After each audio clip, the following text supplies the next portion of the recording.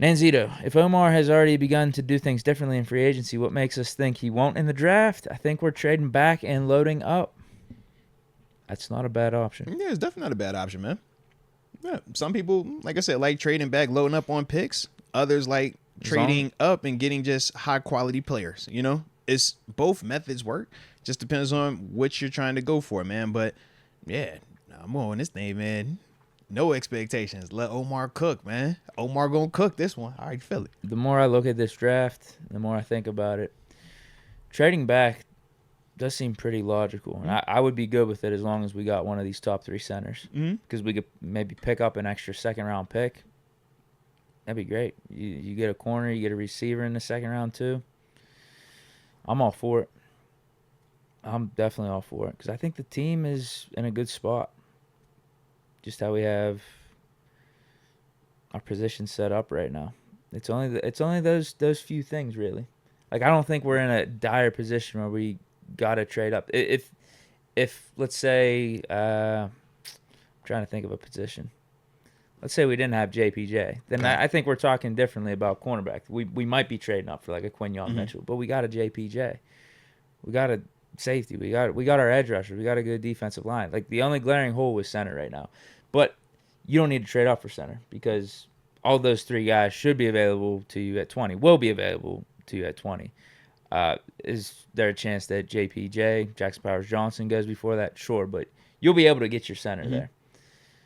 So like we're in a good spot. Like this is like with where we're at roster wise and with just how the draft is and like a bunch of these quarterbacks maybe going early, like trading back could make a lot of sense. Yeah, I mean, at the end of the, when I think of just trading up versus trading back, it's all just your philosophy, right? If you're cool with maybe getting not the highest in talent, but I'm going to be picking from just a better pool of players, then I'm all for it. I mean, I'm not tripping on that. If you got the mindset that you would much rather just have that one god tier type player versus 3 or 4 really, really good players, I'm all for that too.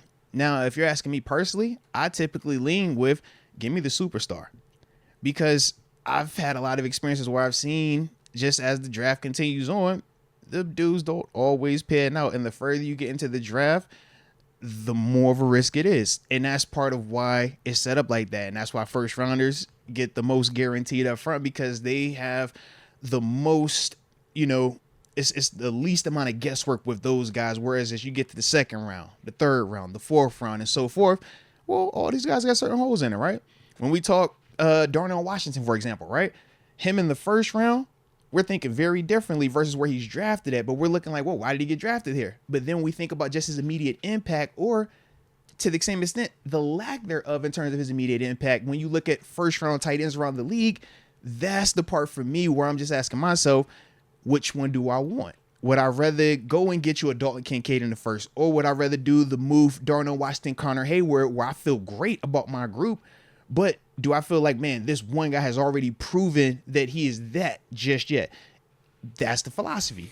But at the same time, you got all your eggs in one basket over here. If he plays and he turns out, then great. But if he doesn't, we've seen what it's like when you miss on a first rounder. We've experienced that. Everybody around the league's experienced it. So that's why for me, I'm just like, it just depends on which philosophy you go with. Me personally, like I said, I'm always like, yo, let me shoot from the best talent pool and I'll take my chances with that. But I'm not big on rookies anyways. And that's also, like I said, I think a personal thing for me, man. I'm good with either or. I'm just looking at this draft as is because, in the past, whenever we were talking about trading up for Devin Bush, we're all for it at the time. Like, oh, let's go get this linebacker. Let's go get this franchise linebacker. He's going to be awesome for us. The Shazier replacement. Bro. Like, it made sense for us to do it. Whereas now, I don't know if it does. Like, I like a lot of these guys in the draft, but they're at a lot of positions I don't feel like we need that bad.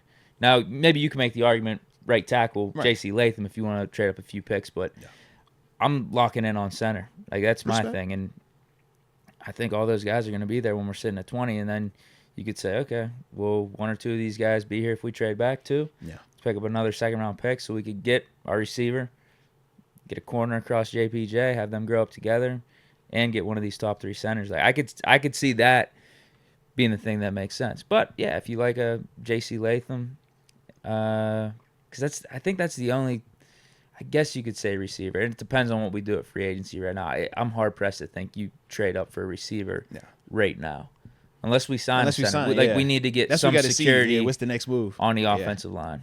Maybe even scoop a slot corner up or something in free agency too. Not even slot corner. I mean, there's some guys out there. No, seriously, bro. We're gonna talk about some of them later. Yeah. Right now, there was like we are kind of pigeonholed to center though. Yeah, and that's the part where it's like, until you change that, we're stuck. So that's what I'm saying. Center. As we sit right now, I think trading back makes a whole lot of sense if they want to do that. Now, I can understand too if Jackson Powers-Johnson's there and you just want to say, let's just get him. Let's not risk it. Mm-hmm. We like him a lot better than the other two centers. Yeah. But if you view those three centers like kind of the same, why not collect up an extra pick? No. Omar did it last year. No, yeah. We were sitting there in the third round, and all those linebackers we were talking about were available. Looking back, it kind of pissed me off we didn't take one of them, but we kept trading back, and we ended up getting Darnell Washington, which felt really good at the time. But you had like Drew Sanders went early in the third, but you had who was the dude that went to the Chargers? From Washington State. Yeah, you're right. He was there. Trent Simpson was there. Henley. Yeah, Henley. Yeah. You had like 3 or 4 of those linebackers we were talking about trying to get in the second or third round. They were all there, and I'm just thinking, okay, we're trading back. Hopefully, one of them's available when we're sitting there at pick 90. None of them were, but Darnell was. So it's like, okay, I'll take that as a caveat. But I'll take those linebackers over Darnell right now. That Darnell pick's not working out too well. He's gonna develop. Just give him some time. He'll develop. Yeah, hope so. He'll develop. I hope so. I'm with you. I'm open too, because I'm a big Darnell fan. I was one of my ones right there. So I'm like, yeah, come on, baby, come on. Yeah. That was a steal.